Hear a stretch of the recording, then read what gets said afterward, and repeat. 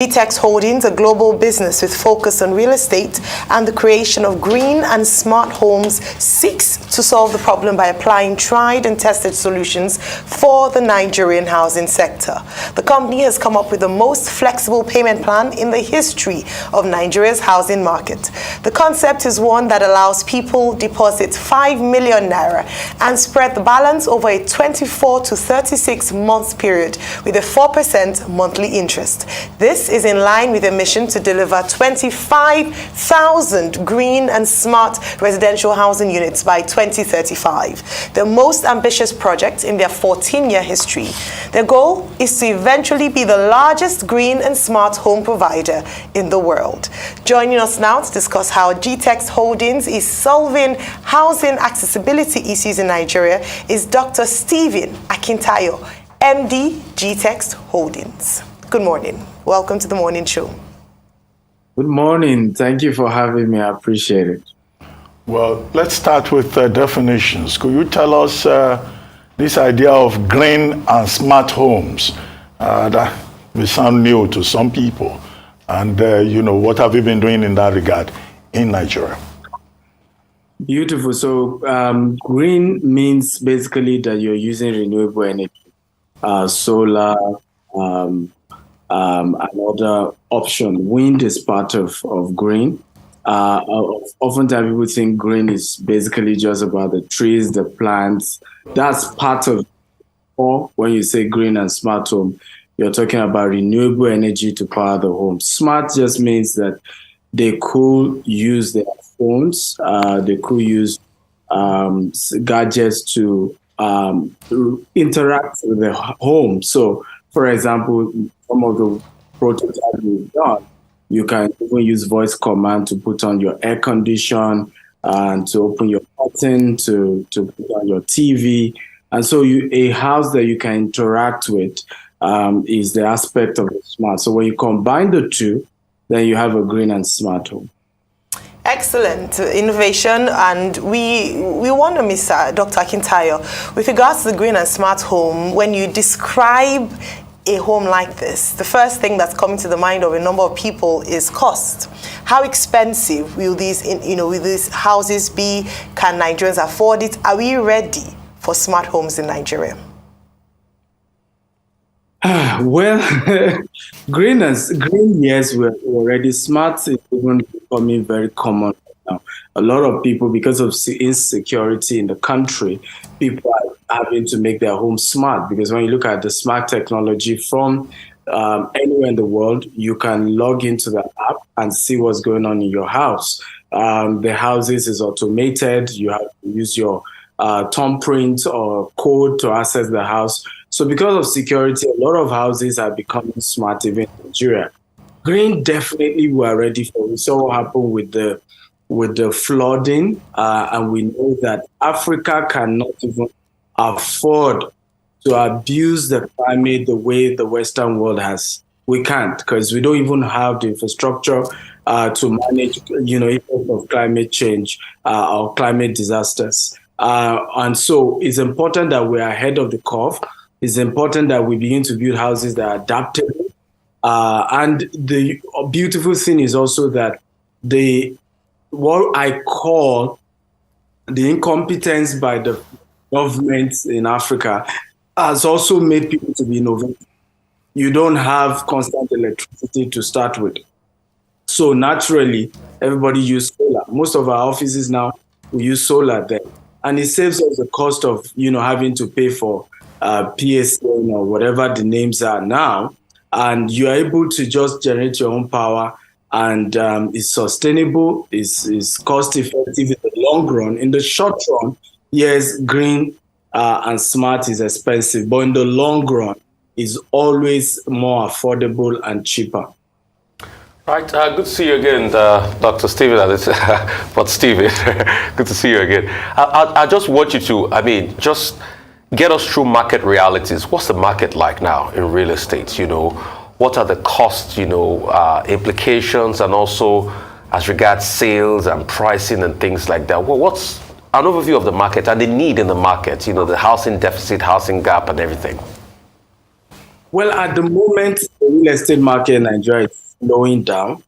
The deficit is still there, but people's ability to afford to be able to pay. I mean, for example, how two-bedroom flats you averagely used to go around 20 to 25 million naira just 2-3 years ago.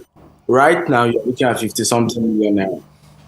Right, so an average Nigerian cannot really afford to just be able to pay for a house or own a house. And that's a major issue that we're still facing. However, globally, houses are not as affordable as we think. I'll give you an example. Even up to today, a 3-bedroom in Dallas, Texas, and thank God because we operate globally, so we can give what of things in other sectors. A 3-bedroom in Dallas, Texas, what it will cost you, you will be able to get 2 of that in Nigeria.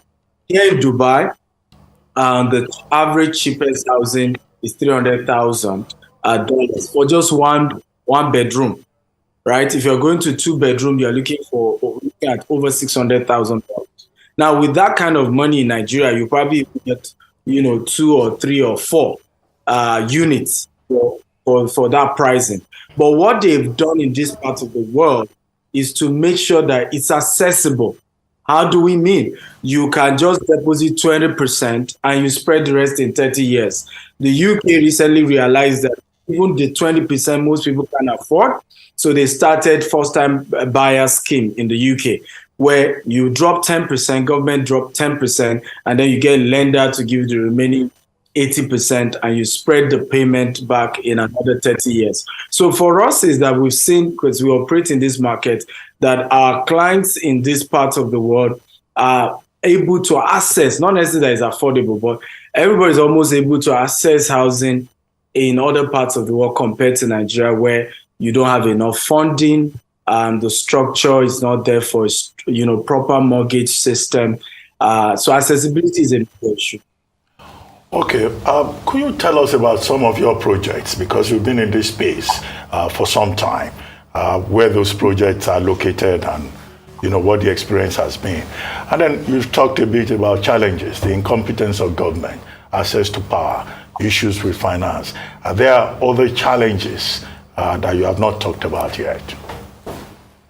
Okay, yeah, one of the major issues right now is the Naira dollar crisis, because that's also part of why, almost the cost has doubled in just 2-3 years, right? Because most of the materials to build houses are imported. It's also part of why you see issues of building collapse, because a lot of developers are almost forced to find a way to make it affordable. And sometimes in the process of trying to make it affordable, you compromise on quality. So these are part of the issue. So one of the things we've done with this program is to make sure that it is pegged at a dollar value. So right now, if you're buying 1-bedroom or 2-bedroom in this program we're doing, so what we're doing is phase 1 of 1,000 housing. All this while we have houses everywhere, country, in Nigeria, in the UK, in the US that we sell, even at the moment. But usually you have to pay everything at once, and then we'll give you the key to your house. But we just launched a new 1,000 housing project where it's off plan. As you pay gradually, we are going to spend the next 3 years to build. By March next year, we're going to start construction. So locations include 5 locations in Asaba, Abuja, and Abeokuta, and we're going to be expanding to other parts of Nigeria as well. But phase 1 is just 1,000 units, and we have 3 years for the clients to pay and 3 years for us to also do construction. So we're able to take care, first come, first serve. Those who do outright by the first quarter of 2024 will be able to have keys to their house, while others who are spreading for 3 years will be able to have keys to their house after completion of that. But what we've done to avoid issues of prices changing is to say, if, for example, we are selling to you at the rate of $50,000, it is the dollar price. So even if you are paying in installment, whatever you pay in Naira, we value it how much out of the $50,000 have you paid, and constantly like that till you're done paying. Else, what most of us have struggled with is as the cost of cement that probably was going for 2,200 naira suddenly jump up to 4,800 naira, and that's not in your control. You didn't do anything to make that happen. And now you are affected if you go back to the customer and say, please, you need to add more for variation. The customer calls you scammer and all manner of stuff start happening. So what we've done is to say the pricing will be in dollar. You can pay us in naira, but you will keep paying the initial dollar value till you complete your payment. And we hope this will help us keep the price safe. All right, Dr. Akintayo, I'm glad you've highlighted some of the challenges plaguing not just developers, but Nigerians as a whole in terms of accessing housing. Indeed, a recent report says about 30% of Nigerians do not have access to housing. And this is one thing you're looking to solve. And your vision is quite ambitious. However, I'd like you to break it down to us how you are hoping to solve the housing contributing to solving the housing challenges, problems in Nigeria through your recent initiative and payment plan. Please explain to us. Well, first is the issue of accessibility. So what we've done with this promo is that once you hit up to 30%, we will introduce you, if you can complete the payments in 3 years, we will link you up with a mortgage company that will then help you extend that to another 10 to 15 years, right? So technically, for those who can't even meet up in the entire payment in 3 years, they can almost have access to 10 to 15 years to pay. And I think that's a major solution, because if at some point I pay up to 30% and I'm struggling to complete, I can then, GText can link me up with a mortgage bank that will sort out GText, and then I and that mortgage bank will continue the payment structure we've agreed. And we think that is a major solution we're bringing to the market. We have 13 years to go in our audacious vision of 25,000 housing. But in reality, when you look at the fact that some figures says 10 million housing deficit, some say 20, some say 25.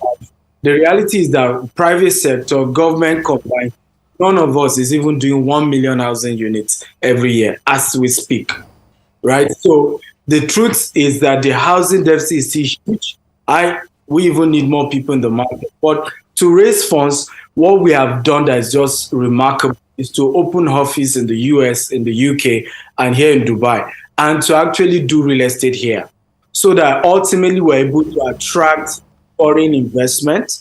And it will be easier for a lot of our foreign partners to invest in Nigeria because they've seen what we've done here. They've partnered with us here. We've kept to our word with, the interaction. Currently, right now, we have over 100 housing that we control here in Dubai alone. And so when you build that kind of international credibility, when you now say, please, I need X amounts in Nigeria, can you go with me? And let's also hope that our politicians also help us in this area as well. We hope that our investors will be willing to come to Nigeria and invest with us, because ultimately, to build green and smart, and those money are hard currency, they are not even naira. One of the technology we want to deploy will convert plastic to electricity. Just one of those machines will cost $5 million. So it's a lot to do green housing anywhere in the world, but we're hoping to attract international investment. Well, thank you very much, Stephen Akintayo, for joining us. We seem to have run out of time, although I would have loved to ask you, why is it that buildings are always collapsing in Nigeria? Usually some of these buildings were put together by developers, but okay, we've run out of time. Thank you very much for joining us.